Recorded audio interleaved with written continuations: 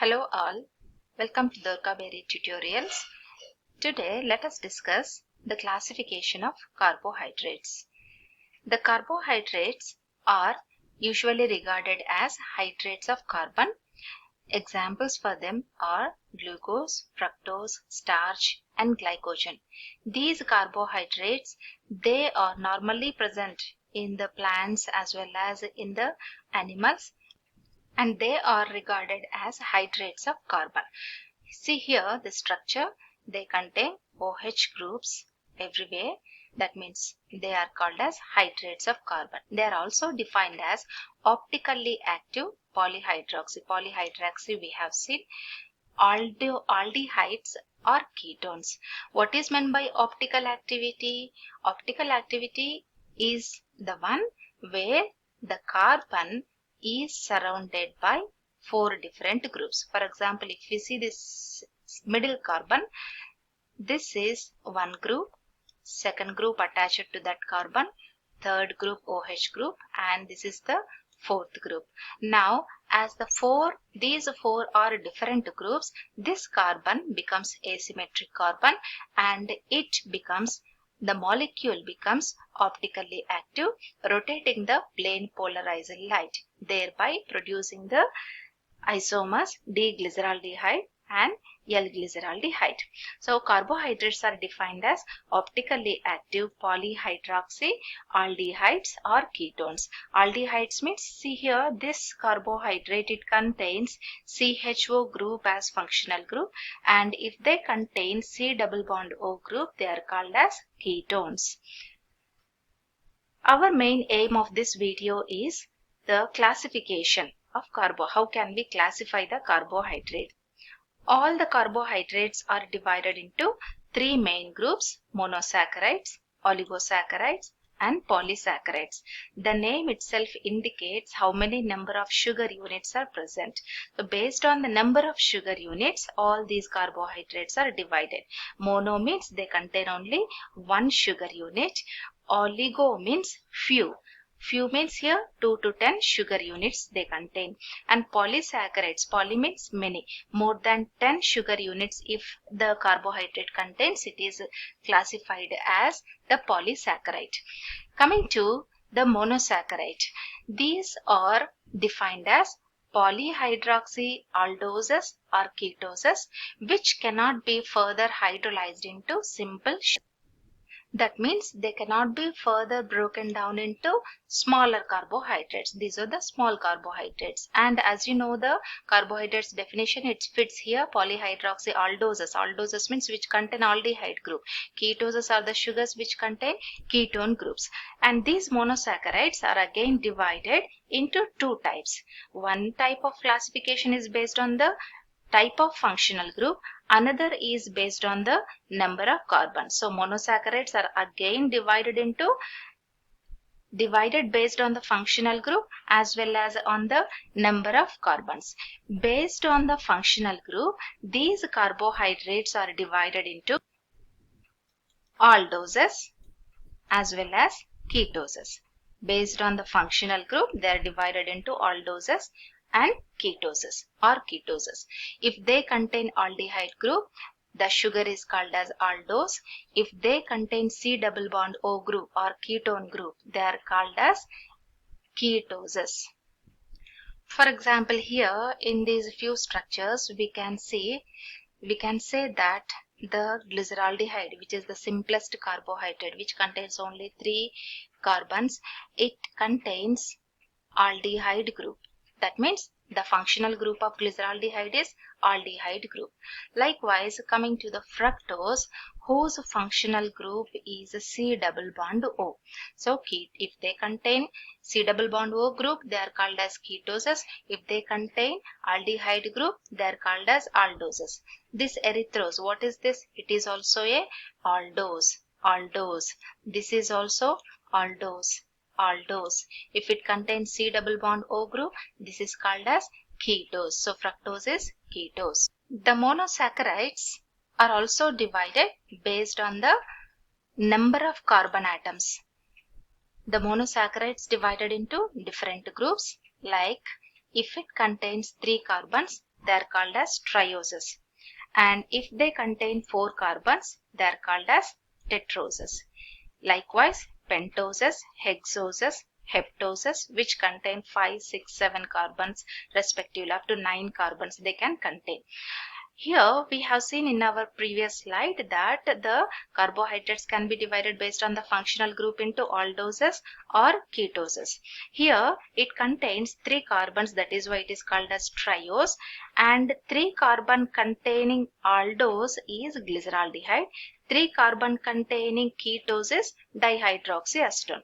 Both of them they contain 3 carbons, but one contains aldehyde group, another contains ketone group as functional group. Likewise, if it contains 4 carbons, it is called as tetrose. Example for them are erythrose if it contains aldose, and 4 carbon containing ketose is erythrulose. Likewise, if it contains 5 carbons, it is called as pentose. Aldopentose is ribose. Ketopentose is ribulose. Hexose contains 6 carbons. Aldohexose is glucose. Ketohexose is fructose. 7 carbons if they contain, they are generally called as heptoses. Aldoheptose is glucoheptose, and the ketoheptose, it is example for this one is pseudoheptulose is the example. Hope this is the classification of the monosaccharides, again divided into aldoses, ketoses. Likewise, they are also divided based on the number of carbons like trioses, tetroses, pentoses. If you have to understand this, stay on this slide and understand carefully. Here there are some examples of aldotriose and ketotriose dihydroxyacetone. Likewise, aldopentose 5 carbons aldehyde group and 5 carbons ketone group is ribulose.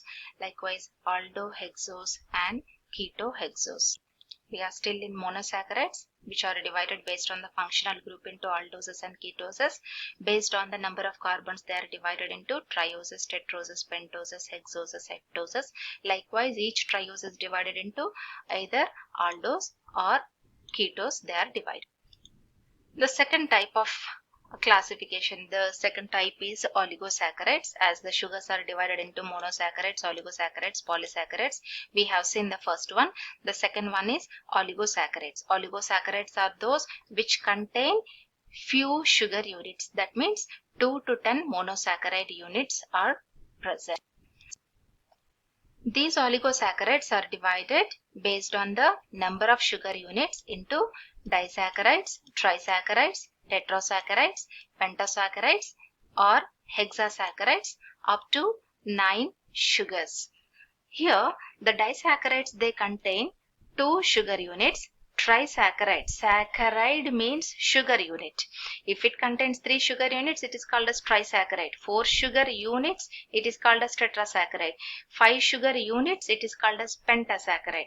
Do not confuse with the pentose. Pentose is the monosaccharide which contains only 5 carbons, whereas pentasaccharide is the one which contains 5 sugar units.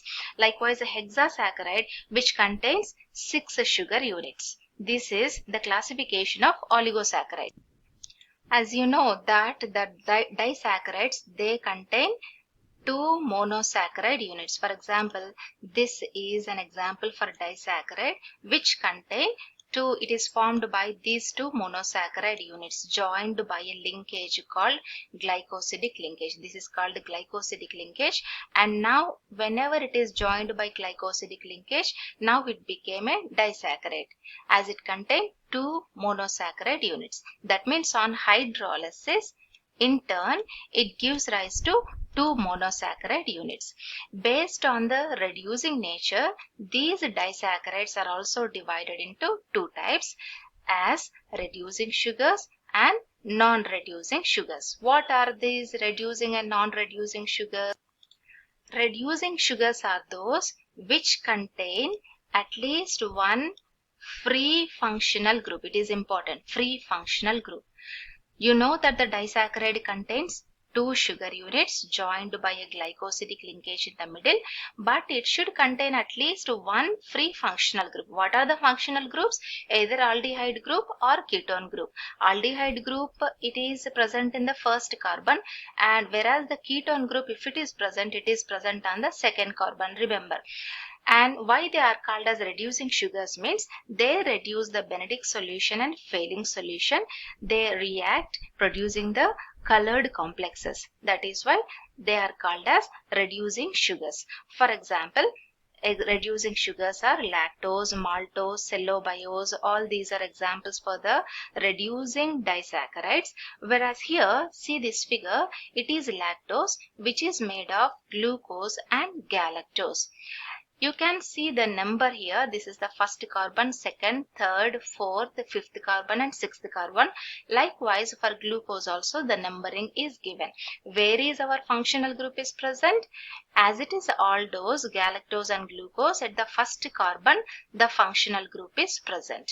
But the functional group of galactose is involved in the glycosidic linkage, whereas the functional group of glucose is freely available. Hence, it contains, this is a disaccharide, but it contains at least one free functional group here. That is why this lactose is the reducing sugar. So, reducing sugars are those which contain at least one free functional group. Whereas, the non-reducing sugars are those which do not contain any free functional group. That means, what happened to the functional group? They contain functional group, but functional groups are involved in the formation of which bond?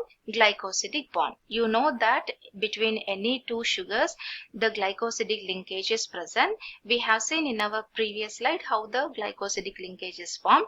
For example, and listen, this is the open chain structure of fructose, where the second carbon contains functional group, and this is the open chain structure of glucose, where the first carbon contains the functional group. For example, if we take the sucrose, this is overall structure is sucrose structure, which is made of fructose and glucose. In the glucose, the numbering of carbon is like this, 1, 2, 3, 4, 5, 6. And in the fructose, the numbering starts from here. This is first carbon, second, third, fourth, 5 and sixth carbon. When we see the glycosidic linkage, where the glycosidic linkage is formed? Between the C1 of glucose and C2 of fructose. Where the functional group of glucose is present? At C1 carbon. See here, at C1 carbon. Where is the functional group of fructose is present? At C2 carbon.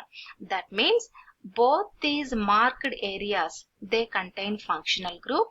Both of them are involved in the formation of the glycosidic bond. That means two sugars are there. Both the functional groups are involved in the glycosidic linkage. No free functional group is present to react with the Benedict solution and failing solution. That is why sucrose is an example for the non-reducing sugar. Oligosaccharides, apart from disaccharides, they also contain trisaccharides, tetrasaccharide, pentasaccharide, tetrasaccharide, hexasaccharides, like that. Usually, popularly, we study disaccharides, trisaccharides and tetrasaccharides. Trisaccharide contain 3 sugar units. What is meant by saccharide?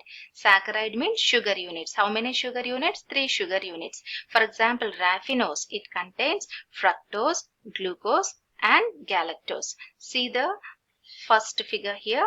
This is fructose. It belongs to fructose. Likewise, it is glucose and galactose. Likewise, tetrasaccharide. Tetrasaccharide, it contains 4 monosaccharide units. This is the furanose ring, which is the ring of fructose. It also contains fructose, glucose, galactose and galactose. Very simple. Between raffinose and stachyose, the difference is only one extra galactose. The structure is entirely similar. See, we will discuss these trisaccharides and tetrasaccharides later in detail. In the classification, trisaccharides contain 3 sugar units and tetrasaccharides contain 4 sugar units. Remember our main slide, carbohydrates are divided into monosaccharides, oligosaccharides and polysaccharides. We have seen monosaccharides and oligosaccharides. Let's move on to the polysaccharides. As the name suggests that polysaccharide, poly means many, contains 10 or more than 10 monosaccharide units are present. These are also called as glycans. And these are usually tasteless, amorphous, soluble or insoluble in water. These polysaccharides are also divided into 2 types. What are they? They are homoglycans or heteroglycans. Homopolysaccharides or heteropolysaccharides. Glycans, they are called as polysaccharides, are called as glycans now. Homopolysaccharides and heteropolysaccharides. What are these homopolysaccharides? Homopolysaccharides are those which yield only one type of monosaccharide on hydrolysis.